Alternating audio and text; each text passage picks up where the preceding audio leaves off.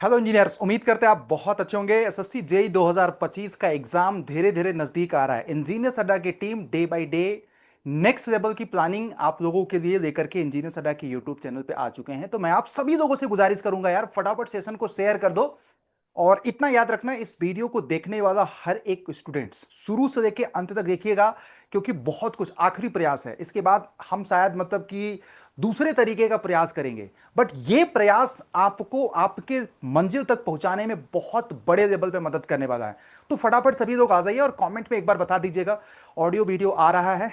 और चैनल पे पहली बार है तो चैनल को सब्सक्राइब कर लीजिएगा, क्योंकि यूट्यूब पे बहुत कुछ हम लोग करा ही रहे हैं। और अब आपको अड्डा के ऐप में, जिसको बोलते हैं ना आखिरी प्रयास, सिविल मैकेनिकल इलेक्ट्रिकल सभी स्टूडेंट्स के लिए करने वाले हैं। बहुत जल्द आप लोगों के बीच में हम लोग कुछ बड़े अनाउंसमेंट आज करेंगे।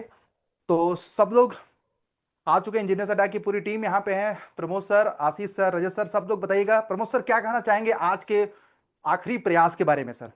एकदम सर, थैंक यू। आखिरी प्रयास पक्की जीत, इसका मतलब ये है कि भाई समय बहुत कम बचा हुआ है। क्योंकि एक हर चीज के प्रयास का एक टाइम होता है और वो अभी है। अगर अभी आपने प्रयास नहीं किया, फिर लास्ट में चाहे जितना प्रयास कर लीजिए, क्योंकि सबके पास 24 आवर्स ही होते हैं और उससे ज्यादा तो यूटिलाइज कर ही नहीं पाओगे। बाकी टाइम बचेगा ही नहीं। तो अभी से अगर आप तैयारी स्टार्ट कर देंगे एक अच्छे डायरेक्शन में, तो मुझे पूरा विश्वास है कि जो आपकी जीत है ना, वो पक्की हो जाएगी। आपको भी पता है कि अभी 60-65 दिन बचे हुए हैं। बहुत अच्छे तरीके से अगर आप पढ़ेंगे, क्योंकि बहुत आपका बेसिक चीजें भी क्लियर होगी। जैसे कुछ बात किया जाए, ऐसा नहीं आप इंजीनियर हैं तो रीजनिंग भी अच्छे लेवल पे आपका तैयारी होगा। जीएस जी के आप पढ़ते आ ही रहे हैं आजकल। बाकी बचा टेक्निकल, और टेक्निकल में यहाँ पर मास्टर बहुत अच्छे लेवल पे हैं कि आपका 60 से 70 दिन में सब कुछ तैयार करा देंगे। इधर उधर भटकने की जरूरत नहीं है। आशीष सर, क्या कहेंगे आप? सर बिल्कुल सही कहा आपने। बस ये है कि इन 70 दिनों में अब आपको मेहनत जो है वो थोड़ी सी ज़्यादा करनी पड़ेगी, क्योंकि देखो, एक दिसंबर में नोटिफिकेशन आया था। अगर हम बात करें तो तब से अगर तैयारी करते तो आप एवरेज ऑन अ डे आप 5 से 6 घंटे पढ़ते रहते।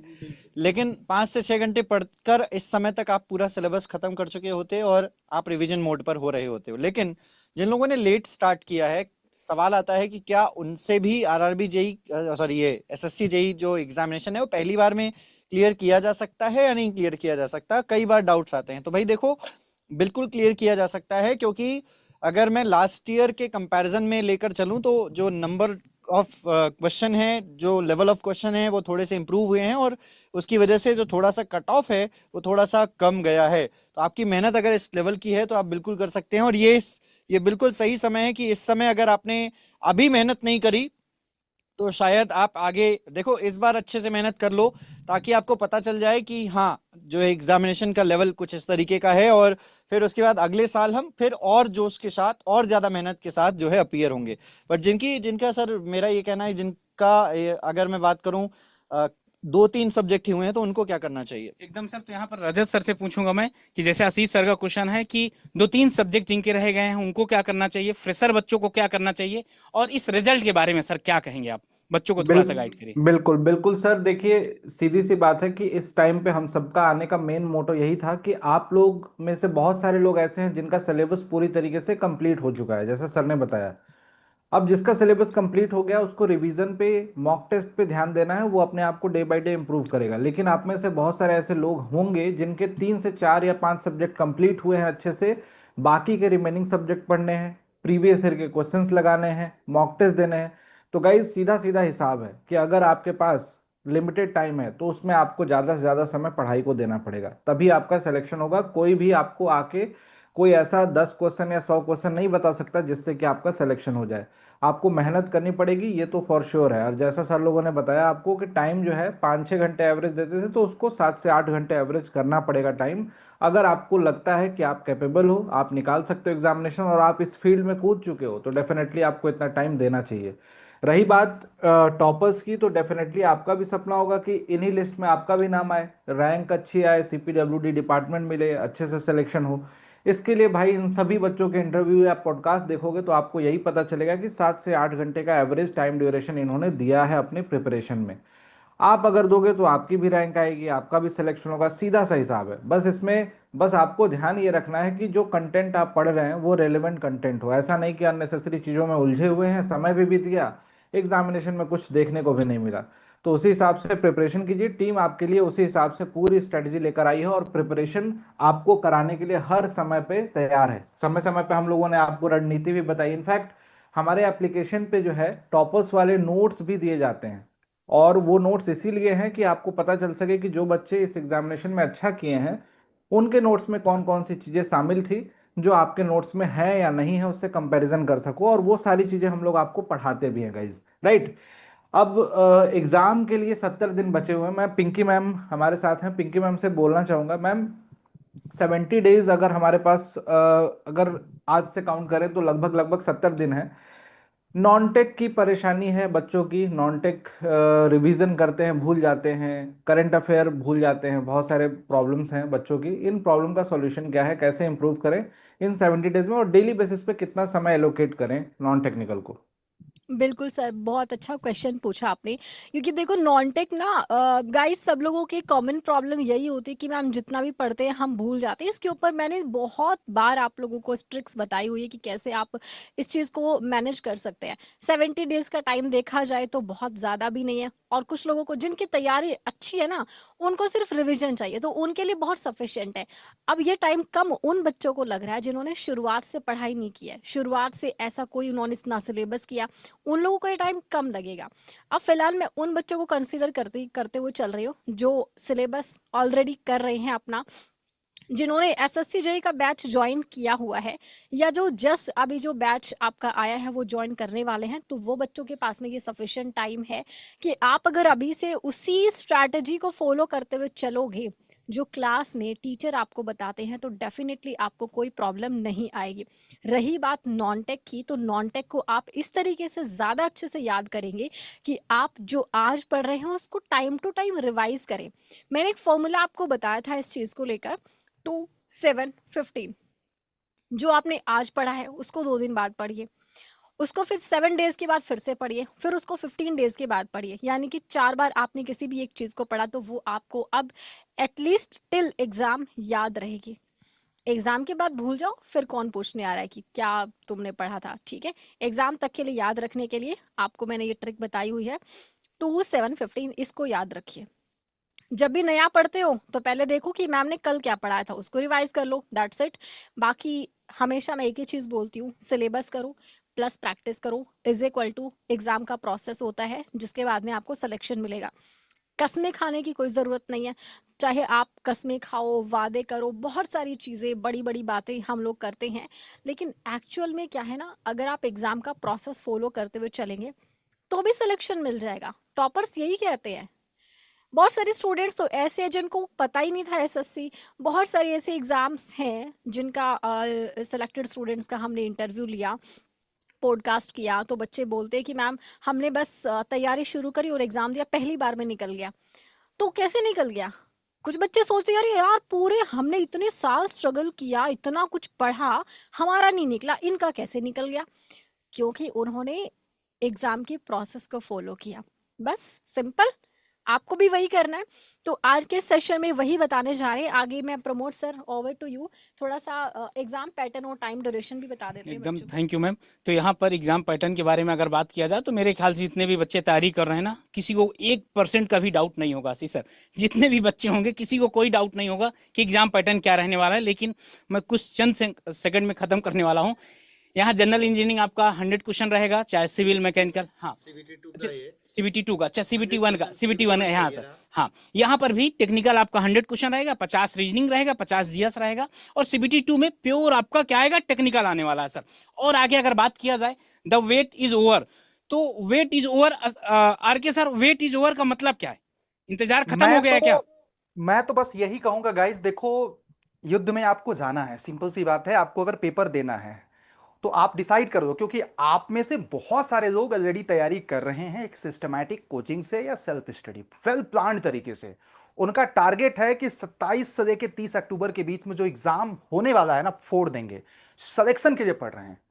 आप अगर अभी तक सिंसियर नहीं हो, तैयारी नहीं कर रहे हो और आप युद्ध में जा रहे हो, तो मेरे भाई या तो आज अपना मूड बना लो कि हमें तैयारी पेपर नहीं देना है, हम कुछ और करेंगे।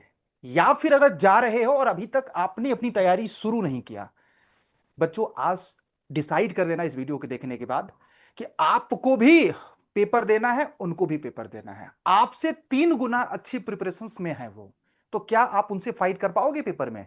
नहीं कर पाओगे, क्योंकि कंपटीशंस बहुत ज्यादा है। आपको लगता है ना कि 1700 वैकेंसी है तो बहुत ज्यादा वैकेंसी है। मेरे भाई वैकेंसी बहुत ज्यादा नहीं है, मैं आपको बता रहा हूं। एक दौर था, आज भी 4.5 लाख लोग फॉर्म भरे हुए हैं, तो कंपटीशन जबरदस्त तरीके से है। तैयारी करो इंजीनियर अड्डा के साथ।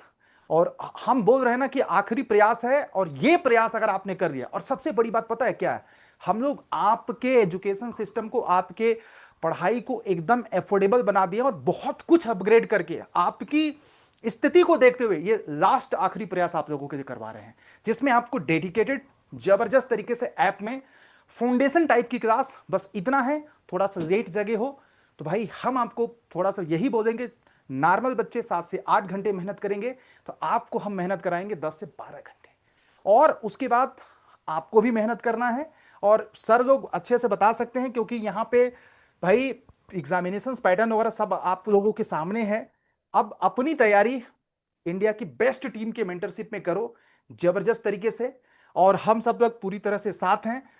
और यहां पे इस समय 2 चीजें आप लोगों को बहुत फायदा करेगी, लाइव प्लस रिकॉर्डेड, टेक्निकल और नॉन टेक्निकल, दोनों जबरदस्त तरीके से। रजत सर, आज के दिन अगर कोई बच्चा जो अभी तक कोर्स नहीं समझ, क्योंकि बहुत सारे बच्चे लास्ट मोमेंट में चॉइस करते हैं, ज्वाइन करते हैं कि यार करें कि नहीं करें, तो सर आप उनको कैसे मोटिवेट करेंगे कि नहीं अभी भी आपको जरूरत है कोर्स की या क्लासेस की अपने कॉन्सेप्ट को मजबूत करने के लिए? बिल्कुल सर, सही कहा आपने। और एक बात मैं जरूर बोलना चाहूंगा यहाँ पे कि गाइज देखो यार, ये मोटिवेशन किसी दूसरे के द्वारा मिलने वाला मोटिवेशन नहीं है। आपको जॉब लेनी है, आपको अपने एग्जाम में सिलेक्शन को इंश्योर करना है, तो आपको डेफिनेटली इसके बारे में सोचना चाहिए, सोचते भी होंगे आप लोग। बस मैं इतना बताना चाहूंगा कि जो हम प्रोवाइड कराते हैं बैचेज में, फाउंडेशन बैचेज में, वो सारी चीजें क्या क्या होती हैं। गाइज आप सभी को इतना बता दूं कि CBT 1 और CBT 2 पूरा सिलेबस फुली कवर्ड होता है, जिसमें आपको थ्योरी भी पढ़ाया जाता है और साथ साथ में क्वेश्चन भी प्रैक्टिस होते हैं। साथ साथ मॉक टेस्ट आपको मिलते रहते हैं अडा 24/7 एप्लीकेशन पे। 500 से भी ज़्यादा घंटे की आपकी लाइव क्लासेस होती हैं। इसके साथ साथ में जो ई बुक्स होती हैं वो आपको अडा 24/7 एप्लीकेशन पे प्रोवाइड की जाती हैं, उसका भी एक्सेस आपको मिल जाता है। महापैक अगर आप परचेज करते हो तो बैचेस के परचेज भी के साथ साथ आपको ई बुक, टेस्ट सीरीज, ये सब कुछ फ्री मिल जाती है। डेली प्रैक्टिस पेपर, समय समय पे आपको टीचर इवेलुएशन करवाते हैं कि आप कितने पानी में हो, आप कैसे अपने सब्जेक्ट को देख रहे हो, कौन कौन से पोर्शन को पढ़ रहे हो। तो ये सारी चीजें, और इनफैक्ट अगर आप में से जितने भी बच्चे हैं उनमें से जो भी बच्चा सेलेक्ट होता है, तो सबसे इंपॉर्टेंट चीज है 100% फी रिफंड आफ्टर सिलेक्शन। आपका सिलेक्शन होता है तो हम पूरी की पूरी फी भी रिफंड कर देते हैं। गाइज देखो यार, 2-3 चीजें आपको समझनी पड़ेंगी प्रिपरेशन के दौरान, क्या आपको फोकस करना है, क्या नहीं करना है। अपने वीक सब्जेक्ट को अगर टारगेट कर लेते हो तो आपको डेफिनेटली कॉन्फिडेंट फील होना स्टार्ट हो जाएगा। एग्जामिनेशन से पहले मॉक टेस्ट में नंबर कम आ रहे होंगे तो वहां पे इंप्रूव हो जाएंगे आपके नंबर, तो उन पोर्शन पे आप फोकस कीजिए ज्यादा से ज्यादा, जितने भी एस्पिरेंट हैं। और रही बात सिलेक्शन बैच की, तो सिलेक्शन बैच में आपको सारे के सारे टीचर्स के नाम आपको दिख रहे हैं। ये सारे के सारे टीचर्स जो हैं आपको पढ़ाने वाले हैं, टेक्निकल नॉन टेक्निकल पूरी टीम आपको अवेलेबल रहती है अडा 24/7 एप्लीकेशन पे। टॉपर्स की स्ट्रेटजी अभी हम लोग डिस्कस इससे पहले कर ही रहे थे कि किस तरीके से टॉपर्स ने पढ़ाई की। 7 से 8 घंटे आपको देना है, class notes, previous year question, mock test, ये 3 चीजों का बस सहारा लेना है, आपको सिलेक्शन इंश्योर करना है। तो गाइज इन सब चीजों को सोचते हुए पढ़ना है। और सबसे इंपॉर्टेंट बात ना गाइज, बैचेस की, कि कौन सा बैच है सर जिसमें हमें एनरोल करना चाहिए, जहां से हमें सिलेक्शन मिलेगा। तो पिंकी मैम से मैं बोलूंगा, मैम एक बार बैच के फीचर तो मैंने बता ही दिए हैं, बच्चों को ये बताइए कि इस बैच में एनरोल कैसे कर सकते हैं और किस प्राइस में। आशीष सर भी हैं, आशीष सर और पिंकी मैम प्लीज इसको एक्सप्लेन कीजिए। गाइज एक सबसे इम्पॉर्टेंट चीज मैं बता दूं कि एसएससी जेई का ये आखिरी बैच है। अगर आप ये सोच रहे कि इसके बाद कोई बैच आएगा आप उसको ज्वाइन करोगे, तो इसके बाद कोई बैच नहीं है। एसएससी जेई के लिए आखिरी बैच, यानी कि आखिरी मौका है आपके पास में तैयारी करने का। अगर आपने इस बार एनरोल नहीं किया तो पूरी तरीके से आप अपनी जिम्मेदारी खुद ही लेंगे। फिर आपको खुद ही अपना प्लान, खुद ही स्ट्रैटेजी सब बनाना होगा। आपको गाइडेंस के लिए चाहिए तो ये आखिरी मौका इस बैच को आपको ज्वाइन करना है। इस बैच में क्या क्या मिलता है तो स्टेप वाइज हम आपको बताते हैं। तो ये जस्ट 1847, देखो भाई 1947 था, अच्छा वो महापैक आपका है, लेकिन ये एसएससी जेई का स्पेशल बैच ये आपको 1847 में मिलता है। ये बैच स्टार्ट होने जा रहा है 20 अगस्त से। आज 18 अगस्त है, यानी कि परसों इसकी पहली क्लास होगी। पहली क्लास से आप ज्वाइन करना चाहते हो तो आज ही इसको एनरोल कर लीजिएगा। और प्लस इसमें सभी ब्रांचेस के लिए है, आप चाहे सिविल, मैकेनिकल या फिर इलेक्ट्रिकल किसी भी ब्रांच से आप ज्वाइन कर सकते हो। 1847 में आपको ये बैच मिलता है। क्लासेस 20 से स्टार्ट हो रही है, लेकिन टॉपर्स बैच जो है आपका CBT 1 एंड CBT 2 दोनों है इसमें। अच्छा, अलग से नहीं लेना आपको CBT 2 का, वो भी आपका इसी में कवर हो जाएगा। ये वाला 19 अगस्त से स्टार्ट होने जा रहा है आपका, जो इलेक्ट्रिकल इंजीनियरिंग के लिए रहेगा। इलेक्ट्रिकल का बैच जो है वो कल से ही शुरू होने जा रहा है आपका, और सिविल और मैकेनिकल का जो बैच है वो आपका 20th अगस्त से शुरू हो रहा है। अच्छा सर, 20th एक अगस्त। चीज मैं आपसे हाँ जी, पूछूंगा हाँ यहाँ जी, हाँ जी। इलेक्ट्रिकल में, तो इलेक्ट्रिकल में सर लाइव और रिकॉर्डेड दोनों देने वाले हैं। बिल्कुल तो सर, सर बिल्कुल। किस तरीके से आप स्टार्ट करेंगे सब्जेक्ट को, और बच्चों की क्या रणनीति आप बताने वाले हो खासकर इलेक्ट्रिकल बच्चों के लिए? सर देखिए, इलेक्ट्रिकल इंजीनियरिंग स्टूडेंट को सबसे ज़्यादा ज़रूरी होता है कि आप बेसिक इलेक्ट्रिकल सब्जेक्ट से शुरुआत करें। 4 सब्जेक्ट अपने आप में 80% वेटेज कवर करते हैं, और इन 70 दिनों में मैं ये कहूँगा कि अगर आप डबल थोड़ा सा मेहनत करें तो 60 डेज में 10 डेज आप लास्ट के क्वेश्चन प्रैक्टिस और रिवीजन के लिए अगर आप निकाल देते हैं तो 60 डेज में आप ये 4 मेजर सब्जेक्ट अच्छे तरीके से ख़त्म कर सकते हैं। डबल मेहनत करना पड़ेगा, बस ये है कि आपको क्लासेस जो है वो ज़्यादा से ज़्यादा अटेंड करनी पड़ेगी। साथ के साथ थोड़ा सा रिवीजन के लिए समय निकालना पड़ेगा। करंट अफेयर्स और रीजनिंग के लिए तो प्रैक्टिस करनी ही है। दिन में 1 घंटे पढ़ना है, प्लस 1 घंटे रिवीजन करना है, 1 घंटे रीजनिंग प्रैक्टिस करनी है, और 7 घंटे के समय, लगभग 7 घंटे से 8 घंटे का समय आपको टेक्निकल सब्जेक्ट्स के लिए निकालना ही पड़ेगा। तो ही जाकर आप कहीं इस बार SSC JEE में अभी से अगर शुरुआत करते हो, जो कोई नया स्टूडेंट है, तो ही जाकर आपका क्लियर हो सकता है। इलेक्ट्रिकल मैकेनिकल के लिए मैं इसलिए बोल रहा हूँ इतना ज़्यादा मेहनत करने के लिए, क्योंकि सिविल के कंपैरिजन में नंबर ऑफ वैकेंसीज जो हैं वो 1/3 होती हैं। इस बार भी ऐसा ही है, लगभग 400 वैकेंसीज सर इलेक्ट्रिकल मैकेनिकल की हैं कंबाइंड। तो थोड़ी सी ज़्यादा मेहनत करनी होती है, कट ऑफ थोड़ा सा स्लाइटली हायर साइड रहता है, तो इसलिए आपको इतनी मेहनत करनी होती है। तो ये है बैच 1847 रुपीज़ में। 19 जुलाई नहीं है, ये 19 अगस्त है, ठीक है। सो 19 अगस्त से ये बैच शुरू हो रहा है, और मैकेनिकल का भी 19 अगस्त से शुरू हो रहा है, यानी कि कल। सिविल का जो बैच है वो 20th अगस्त से शुरू हो रहा है, यानी 20 अगस्त से। 1847 है, इसको और भी कम कर सकते हैं सर, कोड वगैरह होगा, तो आप फैकल्टी कोड एंटर करेंगे तो ये प्राइस करके करेंगे तो और भी सस्ता और भी कम हो जाएगा। ये स्टडी नोट्स कैसे प्राप्त होंगे सर, बताइए बिल्कुल, कैसे बिल्कुल प्राप्त सर। होंगे स्टडी यहाँ नोट्स? पर जो स्टडी नोट्स है, जितने भी फैकल्टी हैं भाई जो क्लास में पढ़ाते हैं ना, क्लास में पढ़ाने के बाद 1 मिनट के अंदर वो नोट्स आप तक पहुंचा दी जाती है, मतलब ऐप के अंदर अपलोड हो जाती है, तो आप वहां से नोट्स ले सकते हैं। कुछ सब्जेक्ट के नोट्स खुद खुद बना लीजिए, कुछ के क्या होते हैं फैकल्टी प्रोवाइड करा देते हैं। मतलब यहाँ पर अभी जितना कम समय बचा है ना, जब तक हम और आप दोनों लोग मिलकर नहीं काम करेंगे सिलेक्शन नहीं होगा, ये भी आप समझ लो। तो यहाँ पर आपको भी घनघोर मेहनत करनी पड़ेगी, और हम लोग तो कर ही रहे हैं। Best PYQ book for civil engineering की अगर बात किया जाए, सबसे बेस्ट मैं क्यों बोल रहा हूँ सर, उसके पीछे रीजन है सर कि सर आपकी तो जो बुक है उसने तो कमाल मचा दिया है, बिल्कुल। Thank you civil sir, engineering thank की यू। बुक है। सिविल इंजीनियरिंग के लिए तो बुक भाई रजत सर ज़्यादा अच्छे से बताएंगे, और प्रमोद सर तो है ही इसके लिए। रजत सर, सिविल बिल्कुल सर, इंजीनियरिंग की बिल्कुल। बेस्ट हाँ बुक के बारे में थोड़ा सा बताएं। सर, ये बेस्ट बिल क्यों है? सर, बेस्ट तो मैं किसी भी चीज़ को नहीं कहता हूँ, लेकिन हर समय छोटी छोटी इम्प्रूवमेंट बुक्स में भी होती रहती है, और हर इंसान में इम्प्रूवमेंट होती है। लेकिन मैं ये जरूर बोलूँगा कि अभी तक जितनी मार्केट में किताबें अवेलेबल हैं उनमें सबसे अच्छी किताब ये है। इसको इसलिए क्योंकि स्टूडेंट की डिमांड थी। 3 डिमांड मैं बताता हूँ सर। बच्चे कहते थे कि सर सब्जेक्ट वाइज हो जाए, तो सब्जेक्ट वाइज क्वेश्चन अवेलेबल थे मार्केट में। दूसरा, सब्जेक्ट वाइज वाइज के साथ साथ टॉपिक वाइज हो जाए। यहाँ भी टॉपिक वाइज से भी मैं सहमत हूँ कि मार्केट में किताबें थी जिसमें टॉपिक वाइज भी क्वेश्चन थे, लेकिन क्या क्वेश्चन वो सारे के सारे क्वेश्चन थे जो एग्जामिनेशन में पूछे गए? तो बच्चों का जवाब था नहीं सर। एग्जाम में क्वेश्चन 100 देखने को मिलते हैं, और उस साल के क्वेश्चन उसमें उस बुक में 20 या 15 क्वेश्चन ऐड हो जाते हैं। हमने क्या किया सर कि हमने जितने भी साल के पेपर ऐड किए हैं इस बुक में, उसमें हर क्वेश्चन ऐड किया है जिस पोर्शन से पूछा गया। इनफैक्ट सबसे अच्छी बात लगी कि यहाँ पे सर हमने डेट भी मेंशन किया है कि किस शिफ्ट में वो क्वेश्चन पूछा गया, किस डेट में पूछा गया, कौन से ईयर में पूछा गया। तो एकदम जिससे बच्चों को पूरी क्लैरिटी मिल जाती है कि सर इस किताब में जो चीजें दी गई हैं वो बिल्कुल ऑथेंटिक हैं, और किस शिफ्ट में पूछी गई हैं। इससे आइडिया लगेगा कि इस साल इतने क्वेश्चन इस पोर्शन से पूछे गए, बच्चा एनालाइज कर लेगा। तो ये सारी चीजें इस किताब को बेहतरीन बनाती है। सबसे अच्छी बात एक और है सर, CBT 2 का पेपर भी इसमें ऐड किया गया है। जो बिल्कुल सर। ऑब्जेक्टिव हो रहा है। तो प्रमोद सर, इसलिए बच्चों ने बहुत ज्यादा पसंद भी किया है बुक को, और बहुत और सारे सर बच्चों ने रीजन ऑर्डर। भी है पसंद करने का, एक रीजन ये भी है कि मार्केट में बहुत ऐसी बुक है ना जो 20 से 25 साल 27 साल की बुक आपको मिल रही होगी कि 27 27 ईयर PYQ।